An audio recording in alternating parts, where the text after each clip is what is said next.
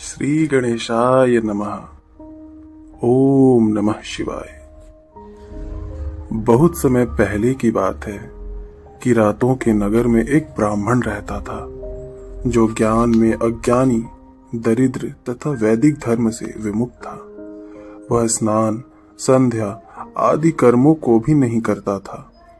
वह निरंतर वैश्यावृत्ति में तत्पर रहता था।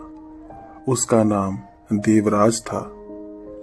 वह अपने ऊपर विश्वास करने वाले लोगों को ठगा करता था। उसने सीधे साधे मनुष्यों को अनेक बहानों से मारकर उसका धन हड़प लिया करता था। परंतु वह पापी अपना थोड़ा सा भी धन कभी किसी धर्म कार्य में नहीं लगाता था। वह वैश्यागामी तथा सब प्रकार से भ्रष्ट था।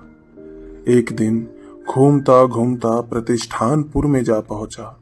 वहां उसने एक शिवालय देखा जहां बहुत से साधु महात्मा एकत्र हुए थे। देवराज उस शिवालय में ठहर गया, किंतु वहां उस ब्राह्मण को ज्वर आ गया। ज्वर के कारण उसे बहुत पीड़ा होने लगी।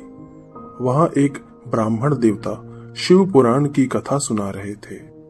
ज्वर में पड़ा हुआ देवराज ब्राह्मण के मुख बिंदु से निकली हुई उस शिव कथा को निरंतर सुनता रहा। एक मास के बाद वह ज्वर से अत्यंत पीड़ित होकर चल बसा।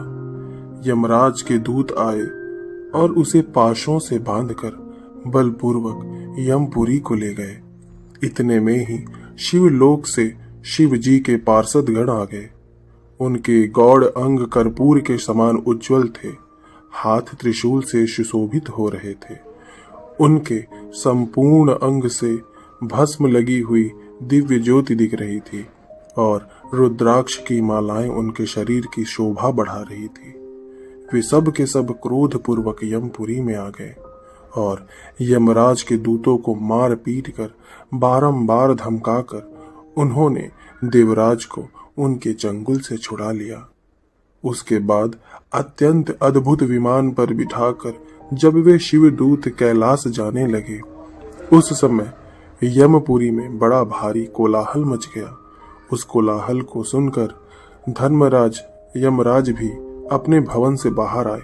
साक्षात दूसरे रुद्रों के समान प्रतीत होने वाले उन चारों दूतों को देखकर धर्मज्ञ धर्मराज ने उनका विधि पूर्वक पूजन किया और ज्ञान दृष्टि से देखकर सारा वृत्तांत जान लिया।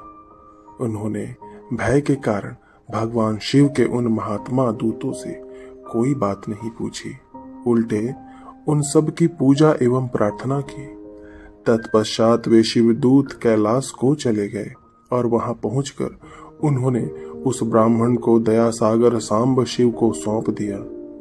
इस प्रकार एक महापापी देवराज ब्राह्मण का शिव पुराण सुनने मात्र से उद्धार हो गया। जिस प्रकार भगवान शिव जी ने देवराज का उद्धार किया, हम भोले भंडारी से प्रार्थना करते हैं कि वे हम सब के समस्त पापों को हर कर हम सब का भी उद्धार करें। ओम उमा महेश्वराय नमः।